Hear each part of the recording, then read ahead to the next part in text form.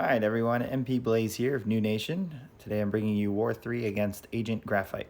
BG1 does have Protect, and this war will be taking Human Torch, Void, and Clair. I am on boss duty, so that's what Human Torch is for. So we're going to get some boss action this war. My paths are Section 1, Path 1, and Section 2, Path 3. So Path 1, Section 1, I'm going to be taking both these fights with Void. I'm going to go ahead and 1 hour boost here in case I take any hits, and I am going to use a Power Start 1 so that I can hopefully roll a Petrify off the SP1. This Sasquatch on Arc Overload and Vigorous Assault, the only thing to really worry about at the start of the fight is that he will start unblockable due to the regen buff from Arc Overload. But he is unduped, so when he gets into Wrath, we won't have to worry about unstoppable specials. So it's a little bit easier not to get cornered in this fight. So my hope with that SP1 is that it can eat up some of the Arc Overload timer just with animation so that I don't have to keep backing up and dance. But you'll see here at the start of the fight, Sasquatch goes a little passive and just won't come at me. And I missed the special 1 button, so I hit it a little late. Who knows if I would have thrown that, if he still would have blocked it, because he did kind of swing and then immediately block, but it ate up the timer. So here we are going right at it. I do eat an SP1 brick there. Good thing I didn't block it. There was a chance I could have gotten stunned.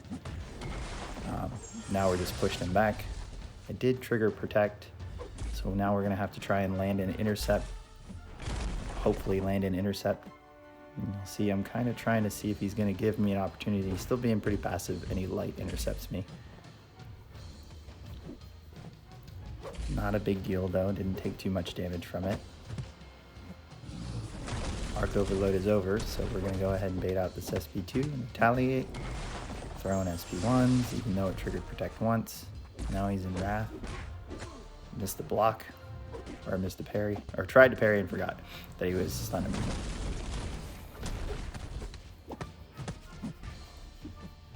It's all good. This is why we 1 hour boost this early, especially with timing. We do have Resonate on so that we can do some extra debuff damage. I am just going to go ahead and hold specials here since Fear the Void is up, so that we don't trigger Protect again. We just let the debuffs do the damage, and he's down. So a little bit of a rocky start, but we made it through. It's only going to cost a couple pots, and then we're going to go into this Longshot on Masochism. Biggest thing here, Power 1 start is still working. Biggest thing here is that I land a parry to eat up that Masochism timer so that Void's debuffs don't eat it and they place, so that we can get to that Petrify and not deal with the MD power gain if the MD is too high. So we do that.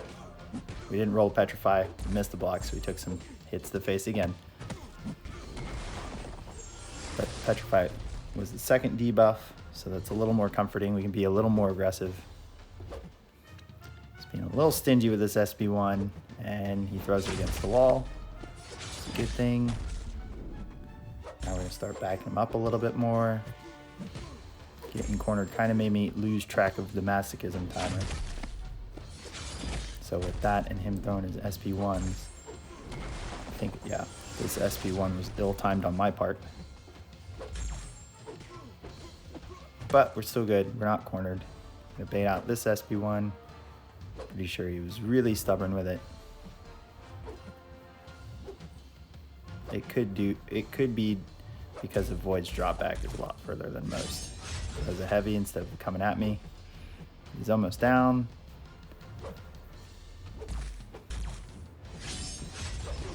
And he's done. So, a little sketchy, but we made it. We made it out. Moving on to Section 2, Path 3, and I'm only taking the first fight here. Finally get to use Clair.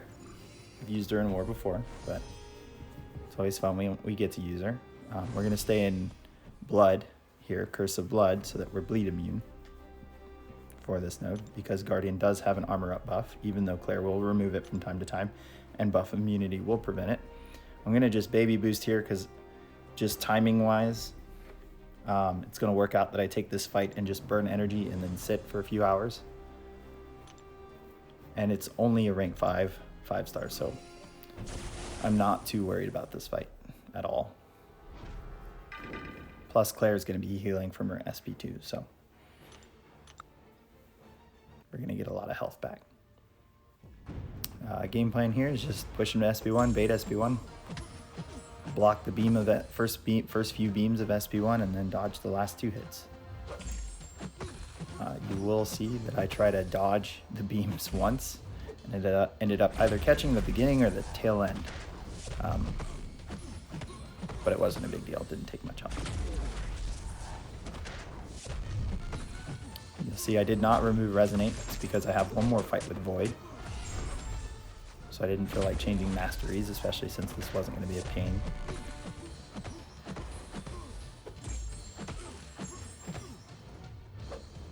And yeah, just a pretty straightforward fight. There it is, caught the end. And boom. So, I know I'm going to get another SP2 in, so we're going to heal that damage back, plus the taunt with willpower is going to add up. And there we go, back to full health. So, back to the game plan. And down he goes. So, nice and easy.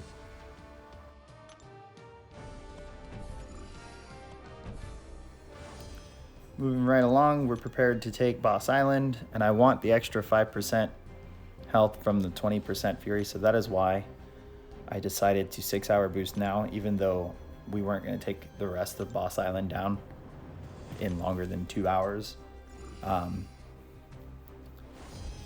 it's just because of that Mojo boss that I'm going to take with Human Torch. So first fight here, I'm going to take Hyperion with Void, and you guys have seen me do this before. I do decide to do an SP1 again, even though it's lower than my invulnerability boosts.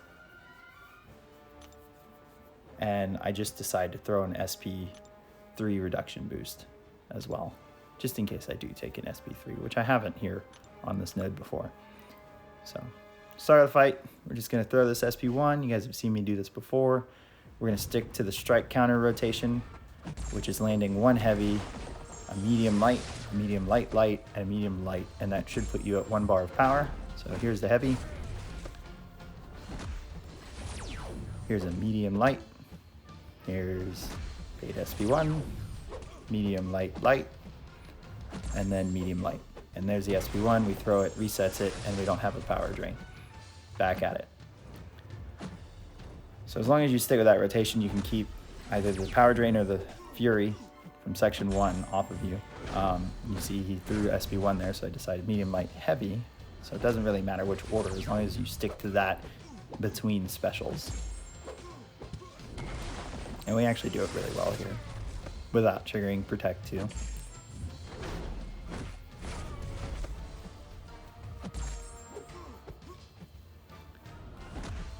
And Void's not a Protect champ, so it's just nice to not worry about the power gain here with Hyperion. And he's gone. So a little over a minute, not much to it. You guys have seen me do that before. Moving right along to the 2 mini bosses I have assigned. Both are going to be taken with Clair. I have this Angela, and then I have that Cosmic Ghost Rider on Stunning Reflection. So I've never taken either of these fights. This is the first time we've seen Angela here. I kind of get the reason she's here, but this is why I brought Clair. Once I get that buff immunity up, she won't be unblockable at all from her regen, because even though she is immune to Nullify, she's not immune to becoming immune to something. So and that's what Clair does with her debuff. She places an immunity on you. I am going to use Mystic Boosts here and hope that I get some power back from SP2s, because that's all I'm going to be throwing. And I decide to stay in Hellfire for Incinerates instead of Plague for Poisons, just because the regen buff probably won't be there that often. I am not running Max MD here. I don't want to overshoot SP2 and go into SP3, so it's just MD3.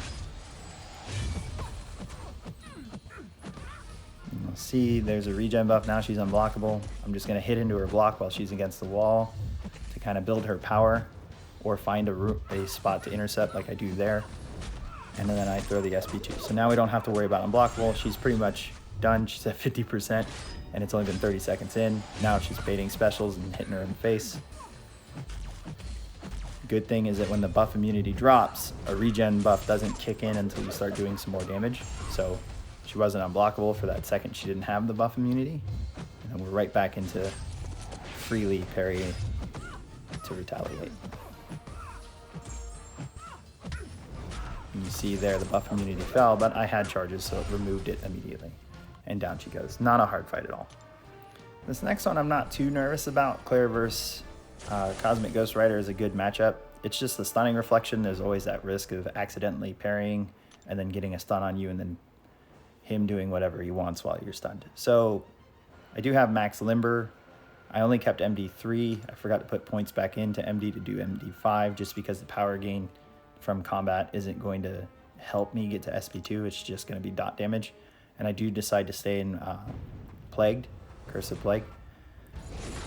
And he parried me there because I was slow to retaliate his heavy, which I was not expecting when he first came in. So was happy I dodged it, but not happy that I got parried right after. And of course he did a full combo, which triggered one of his judgments. So he was at 5, and then his signature, or his sig ability kicked in because he got 5 judgments. So they had to reset, which meant I had to deal with 2 unblockable SP1s in this fight instead of just the 1. But we recover. He's firing SP1. That's the goal. We're not going to retaliate SP1. It puts you too far back, either blocking it or dodging it. So we're just going to wait till he comes in and throws the heavy unless we've placed the poison and he's stun immune. I thought I was going to get SP2 there because I forgot for a minute I was fighting on polka dot power. But yeah, this is pretty much the fight. Stay in Plague, place poison to create a window to parry, and then parry and attack. If you don't have that window or that ability to place poison right at the start, then you just bait out a heavy, and then it's throw SP2.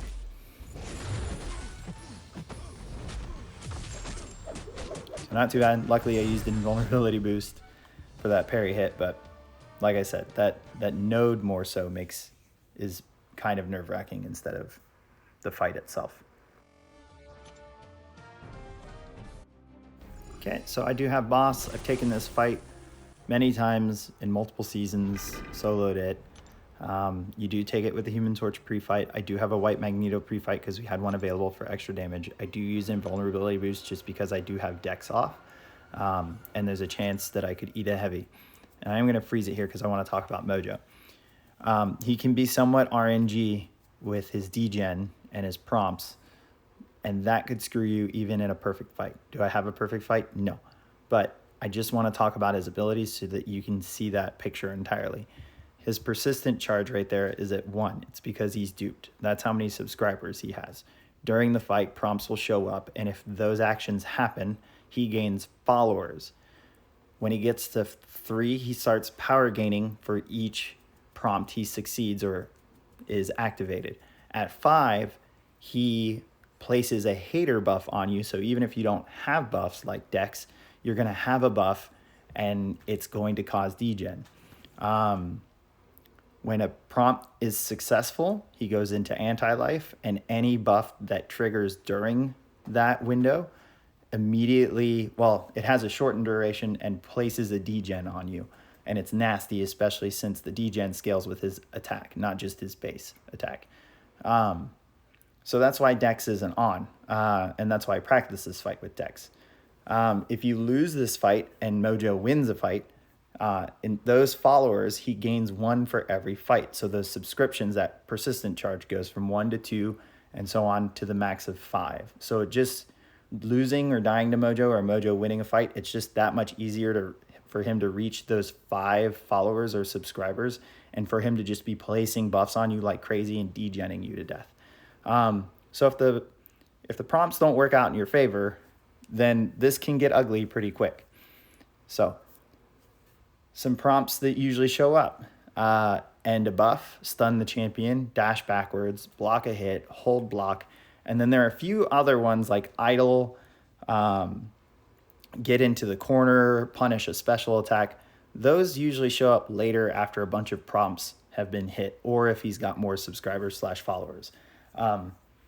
So in this fight, the ones that you can easily avoid are stun a champion, as long as you don't let him stun you, and end a buff, because you're not going to have the dex buff to end. So you're kind of hoping for those as easy resets so that he drops back to 1. Now, if he's unduped, he's going to drop down to 0. So anytime he fails that prompt, he doesn't keep gaining followers or drop down to 1. He goes back to whatever he's duped or unduped at. So 0 or 1, which is good because it means we avoid that power gain. We avoid those hater buffs causing degen. So it can make this fight really, really interesting or insanely RNG near the end if he keeps getting those prompts, the right prompts, in his favor. So with that in mind, the game plan here that I always play is that I'm going to block to beta heavy when he doesn't have a bar of power, like that, and I'm going to push him back with 5-hit combos when we're in the middle of the field, and hopefully switch to medium, light, medium so that I can increase the Nova Flame damage and the Power Sting damage. I'm going to try to bait SP1. I'm going to dash out of the last part and let the smolders build from the hits. You'll see the first prompt was hold a block. Now it's block into a hit. It's kind of hard to do since I'm going to take a lot of blocked hits, and I'm going to want to push him back. So that one got activated. You'll see there I ate up 2 of my hits from the indestructible, and he actually got to SP2. Now it's dash backwards. This one's pretty much always unavoidable. But we're persistent about doing the 5-hit combo and pushing him back. But he is at 3-4 followers now. So we're getting a little worried that things could get interesting here near the end. And now it's use a special attack. So he's got an SP1. I kind of want to bait it out so that we can take, there it is. So we can take these smolders, and there's the hater buff, and that's where the degen came from. So now, hopefully, good RNG. He has an SP1. I'm trying to back up and get him to throw it. I know I have this SP3 if I get cornered, which he doesn't decide to throw it. So I go ahead and use the SP3 to get myself out of the corner. And my hope here is that I'm going to find a window to attack. It pushed him to SP2. And of course the prompt was use a special. So there's another degen buff. Now I'm just trying to hope he throws a heavy, and he won't. And between the degen and the block damage, I died. So that's why I wanted to explain him a little bit more. Because if you rewatch that, it may look like there was nothing I could do. The prompts just didn't work out in my favor. Yeah, I was trying to play a little cheeky or smart by saying, hey, he's at SP1. I have this SP3 ready. Let me go ahead and see if he'll use the SP1. I can work it all the way to the wall, and if he doesn't use it, I'll use it. But that's only after knowing how it ended that was probably a bad idea. Probably could have pushed him over SP2 and baited the SP2 instead of getting cornered and let the Nova Flame damage or the Power Sting kill him instead of me dying later from the degen and the block damage. Also, my plan would have worked had he thrown a heavy there right at the end instead of doing a 4-hit combo into my block. So it's just sometimes it comes down to RNG. Sometimes there's room to just play it a little bit better and put the RNG on your side. It sucks. This is the first time I've died to a Mojo boss with NewN using Human Torch. I mean, it's bound to happen out of how many attempts I try, but here we are. So I decided to go back in since he's at 2% with Void. I put Dex back on so that I don't have to worry about dodging too early with the heavy and whatnot. And I just smacked him in the face here. So it was a pretty disappointing death, especially since it was the only death for BG1. So BG1 finished with 1 death to their 5.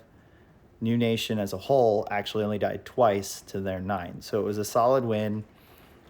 Very satisfied with that win. Very unhappy that I kept my BG1, my battle group, from a donut, and essentially kept the entire alliance from a perfect war. But happens sometimes. Thanks for watching. Hit the subscribe button and follow me on Twitter to keep your eye out for the next one.